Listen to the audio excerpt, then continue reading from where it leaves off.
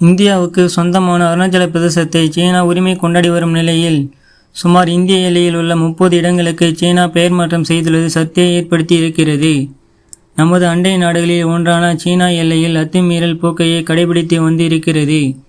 இந்திய எல்லை பகுதியில் கடந்த காலங்களில் பலமுறை அத்துமீறல் நடவடிக்கைகளிலும் ஈடுபட்டுள்ளது.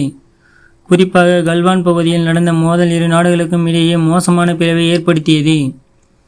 இது மட்டுமின்றி இந்தியாவுக்கு சொந்தமான பல பகுதிகளை சீனா தனக்கு சொந்தமானது என்கிறது. சீனாவின் கூற்றுக்கு எந்த ஒரு ஆதாரமும் இல்லை என்ற போதிலும் சீனா அந்த பிரதேசங்களை தனக்கு சொந்தமானது என்றே தொடர்ந்து கூறி வருகிறது. இதற்கிடையே இந்திய எல்லையில் அருணாச்சல பிரதேசத்தைச் சேர்ந்த மேலும் 30 இடங்களுக்கு சீனா பெயர் மாற்றம் செய்துள்ளது. இது குறித்து அறிவிப்பு சீனா உள்விவகாரத்துறை அமைச்சகத்தால் வெளியிடப்பட்டதாக அந்நாட்டின் சவுத் சீனா மார்னிங் போஸ்ட் செய்தி வெளியிட்டுள்ளது. அருணாச்சல பிரதேசம் பகுதியில் உள்ள பல கிராமங்களுக்கு புதிய பெயர்கள் என்று சீனா ஒரு லிஸ்டை அறிவித்துள்ளது.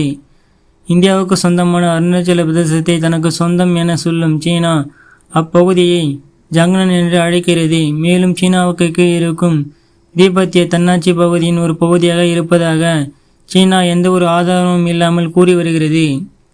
சீன எழுத்துக்கள் தீபத்திய எழுத்துக்கள் மற்றும் மவுண்டனின் சீனத்தின் ரோமானிய வடிவமான பின்யின் ஆகிய எழுத்து வடிவங்களில் அந்த பெயர்களை வெளியிட்டுள்ளது. எல்லையில் உள்ள கிராமங்களுக்கு சீனா தனது மொழியில் பெயர் சூட்டுவது இது முதல் முறை இல்லை. ஏற்கனவே கடந்த காலங்களிலும் இதுபோன்ற அத்துமீறல் நடவடிக்கைகளிலும் சீனா ஈடுபட்டிருக்கிறது.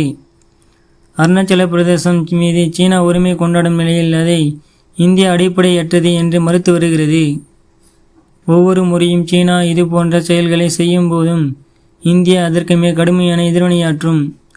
அருணாச்சல பிரதேசம் இந்தியாவின் ஒருங்கிணைந்த பகுதி என்றும் சீனா தொடர்ந்து உரிமை கொண்டாடினாலும் கூட அது இந்தியாவின் ஒரு பகுதி என்பது மாறாத உண்மை என்று மத்திய செய்தி தொடர்பாளர் ரந்தீப் ஜெய்ஸ்வால் கூறியிருந்தார்.